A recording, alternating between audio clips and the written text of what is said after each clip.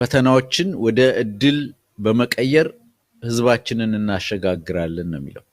በርዕስ ደረጃ ፈተና እንዳለ ገብቷቸዋል። ፈተናውን ግን በአግባቡ ከመመለስ ጥያቄውን በአግባቡ ከመመለስ ይልቅ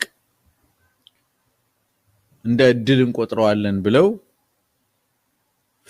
ፍጹም በሚያሳዝን ሁኔታ ያሉትን ነገር ስንሰማ እጅግ እንገረማለን።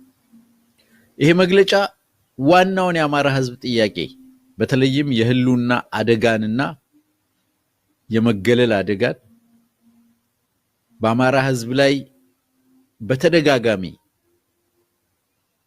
በአንድ ተረኛ ነኝ በሚል ቡድን ከፍተኛ መገደልና መጨፍጨፍ መፈናቀል እየደረሰ መሆኑን የትኛውም ቦታ ላይ አይቀበልም።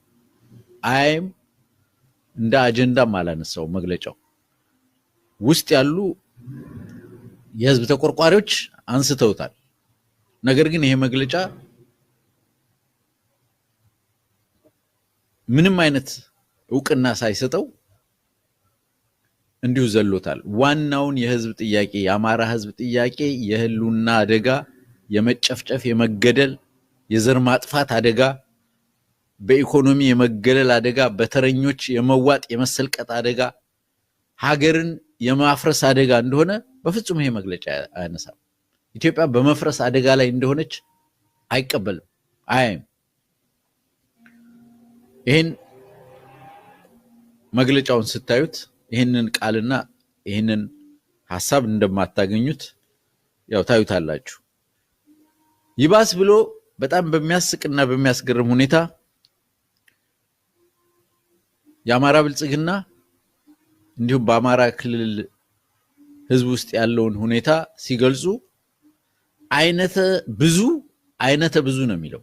አይነተ ብዙ ውጤታማ ድሎች አስመዝግበናል የሚለው በተቃራኒ አይነተ ብዙ። ይሄን ቃል በደንብ አስምሩበት። ድል ብቻ አይደለም፣ የድሉ መብዛት አይነቱ በጣም በርካታ እንደሆነ ይዘረዝራሉ። ድሎች የሚሏቸውን ነገሮች ሲሰሙ አዝናችሁ ሐዘናችሁ ምናልባት ወደ ሳቅ የሚለወጥ ይመስለኛል። አንደኛው ድል የሚሉት የዲሞክራሲ ምህዳር መስፋት፣ ይሄ ድላችን ነው ይላሉ። ልብ አድርጉ፣ ልብ በሉ።